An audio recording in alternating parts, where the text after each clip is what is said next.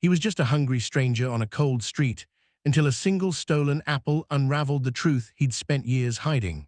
A forgotten hero, a courtroom ready to condemn him, and a past soaked in sacrifice. When his identity is revealed, every soul in the room freezes, because this man's story would break the hardest heart. Let's go to the story. The man the world forgot. Brandon Cole had once stood tall in his marine dress blues, a figure carved from discipline, sacrifice, and quiet resolve. At 66, he now drifted unnoticed through the decaying streets of Cedar Ridge, Ohio, a town whose heart had rusted shut long before winter came. Storefronts were boarded up, street lamps flickered like dying memories, and the wind carried a sorrow only the forgotten could truly hear. Each morning, Brandon slung a battered duffel bag over one weary shoulder. The seams were split, threads dangling like the frayed edges of his life. Ever since the day his wife, sweet, steady Lena, lost her battle with cancer, he had been walking through the world like a ghost still tied to a body. The VA hospital had misdiagnosed her for months. He remembered sitting helpless beside her bed, watching light drain from the only person who ever believed he was more than what war had left behind. When Lena took her final breath, Brandon sold their little home on Cypress Lane. Every dollar went to the animal rescue she'd adored. Then he simply faded. Not buried, not gone, but folded into that quiet, invisible place reserved for the broken-hearted, a place where no one looked long enough to see the person they were avoiding. Some men come home from battle with medals. Others come home carrying silence. Brandon never begged. He survived with the stubborn dignity of a man who refused to surrender the last thing he truly owned. He collected cans, scraps, anything he could trade for coins. He lived off kindness from places like Maggie's Diner, where waitresses slipped him coffee without a word because pity spoken aloud sometimes breaks more than it heals. But most people crossed the street when they saw him. Averted eyes were easier than facing the truth. This could happen to anyone. As December buried Cedar Ridge beneath sheets of brutal cold, Brandon grew thinner, weaker. His coat, once snug and warm, was now faded and stiff, its padding long since worn away. His boots leaked snowmelt. Hunger crawled through him with the sharp insistence of a trapped animal. Wait, before I continue, answer this in the comments. What would you do in this situation? On the third day, without a real meal, his hands trembled so badly he struggled to keep them in his pockets. That afternoon, dizzy and desperate, Brandon pushed open the creaking door of Carver's Grocery, a squat store with a sagging awning and a flickering open sign that fought against the wind. Inside, it smelled like wilted produce and antiseptic, but to Brandon, it felt like the warm breath of life. He hovered near a bin of bruised apples and day-old rolls, his stomach twisted painfully. No one seemed to notice him. Mr. Carver, the owner, was helping an elderly woman at the register. A teenage stock boy stacked cans in a far aisle.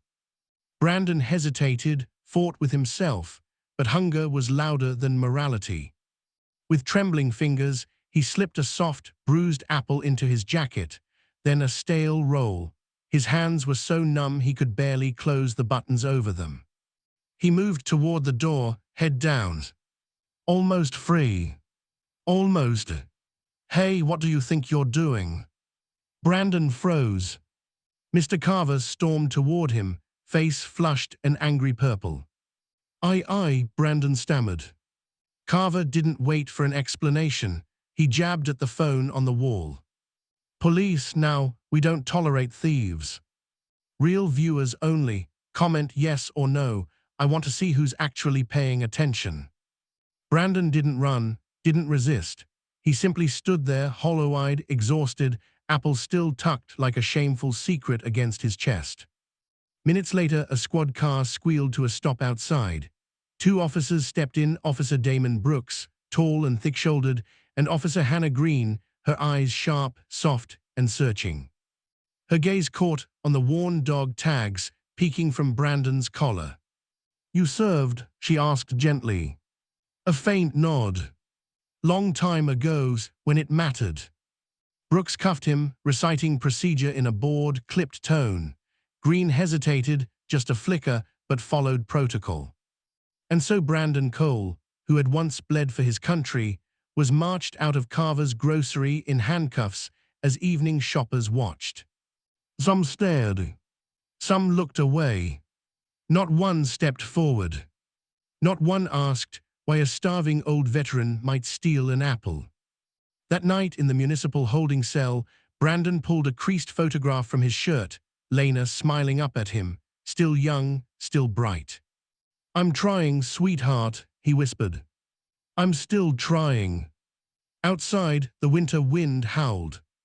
Somewhere in the darkness, fate stirred. The courthouse.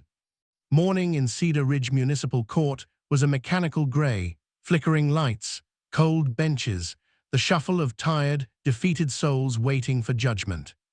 Brandon shuffled in with them. No one waited for him. No one whispered support. His duffel sat between his feet like a loyal friend, guarding what little he owned. The clerk read names without emotion. Case 22904, the state versus Brandon Cole. Brandon stood swaying. His knees felt carved from old sticks. People glanced at him, then away, pity in some eyes, annoyance in others.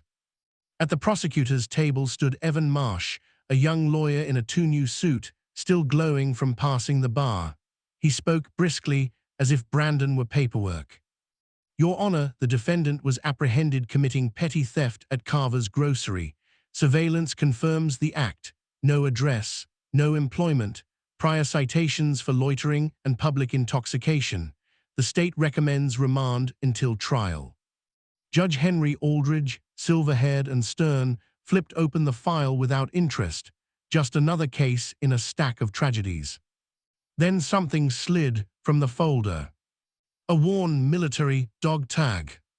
It clattered onto the bench, the sound slicing through the courtroom. Judge Aldridge stopped. Leaned forward. "Read the name. Cole Bion's. USMC. A memory flashed across his face, something raw, something haunted. "5-minute recess," he ordered abruptly. The clerk blinked. The prosecutor frowned. Aldridge didn't wait for objections.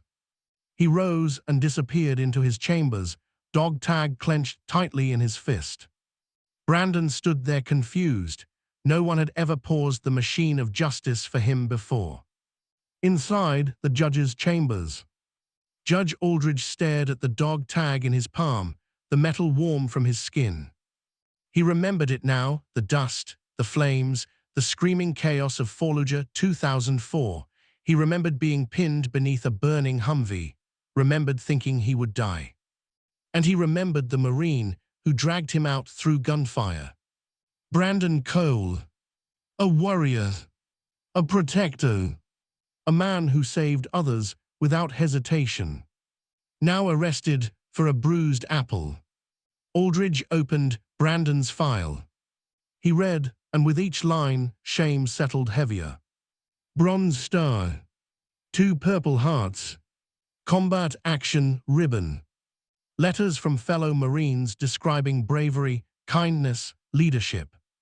And then, VA benefits terminated, 2007. Reason, no known address. Case closed. Quick challenge, describe this moment in 1 emoji. Let's see what you pick. Fire. Case closed, Aldridge whispered bitterly. As if a life is a file you can lose.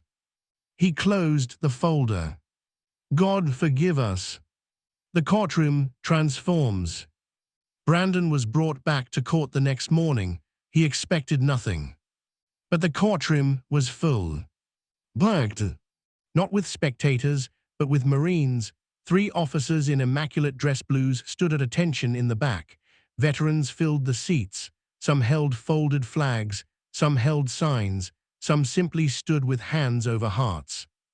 At the defense table sat a poised woman with sharp eyes and a leather briefcase. "Mr. Cole," she said gently, "I'm Sarah Whitman, Veterans Legal Defense Network. I'll be representing you." I can't pay." "You don't need to. You deserve justice." Brandon blinked hard. Judge Aldridge entered, and this time he looked straight at Brandon, not through him. This court acknowledges serious concerns regarding Mr. Cole's service history and VA status, he said. We will hear testimony. The prosecutor opened his mouth to object. Aldridge didn't even glance at him. Sit down, Mr. Marsh.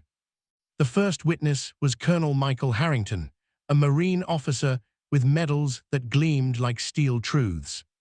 His testimony was not loud. It didn't need to be. He spoke of Brandon's valor, his sacrifices, the men he saved, the civilians he protected, the leadership he offered, the compassion he gave even in war's darkest corners. Mr. Cole's benefits were wrongfully terminated, Harrington said. That failure led directly to the collapse of his life. This was not a clerical error, it was a moral disaster. Silence fell. Thick, heavy, trembling. Judge Aldridge swallowed hard. This court recognizes Brandon Cole not as a vagrant or criminal, he said softly, but as a hero our nation failed. He turned to the prosecutor. Anything further? Evan Marsh wiped his eyes. The state moves to dismiss all charges with prejudice. The gavel fell. Free. Dismissed. Erased. The courtroom rose to their feet, not in applause, but in solemn gratitude. The Marine officers saluted him. Brandon, hands shaking, returned the salute. For the first time in decades, he felt seen. The reunion. At the back of the courtroom, someone shoved through the crowd. I'm watching your comments right now. Tell me, should I continue the story or stop here? A young woman with tear-filled eyes. Uncle Brandon. He froze. She threw her arms around him, sobbing into his coat. It's me, she choked out. It's Katie, Lena's niece. I've been searching for you since Aunt Lena passed. You disappeared. Brandon's breath hitched. I thought there was nothing left, he whispered. You're not alone, Katie said fiercely. Not anymore. Reporters watched, cameras lowered out of respect. Some moments are too sacred to intrude upon. Restoration. Judge Aldridge kept his promise. Within days, Brandon's VA benefits were reinstated. A public apology was issued. A check for $291,000 in back pay arrived. He was placed in veterans' housing, given medical care, therapy, and a community. The world that forgot him was finally remembering. A month later, Cedar Ridge held a ceremony at City Hall. Children waved flags, veterans stood shoulder to shoulder, businesses donated food, a brass band played hymns of honor. Brandon walked onto the stage wearing his freshly pressed Marine coat. His medals shone under the winter sun. Judge Aldridge handed him a plaque. For courage, sacrifice, and unseen valor. Cedar Ridge remembers. Brandon stepped to the microphone. I didn't fight for medals, he said gently. I fought because no one gets left behind. He paused, eyes burning. When you come home, you hope someone will come back for you too. Silence fell. 1,000 hearts broke. 1,000 hearts healed. Epilogue: Coming Home. That evening, Brandon sat on a park bench where he once ate scraps alone. Katie sat beside him, her head on his shoulder. At his feet lay Rusty, a loyal service dog from a veteran's foundation. Children played. Snow fell softly. The flag over City Hall fluttered like a heartbeat. Brandon pulled out Lena's photograph. I found my way, love, he whispered. Just like you said I would. The first star appeared overhead. Brandon Cole, forgotten no longer, smiled into the night. Finally home. Wait. Right now, in the comments. One word. What did this story just make you feel? G.O. I'm reading every single one. 1 second pause. Type ghost if you got chills. Type respect if you're standing a little taller today. Do it now. Let's flood this comment section with American pride. Your turn. Comment fast.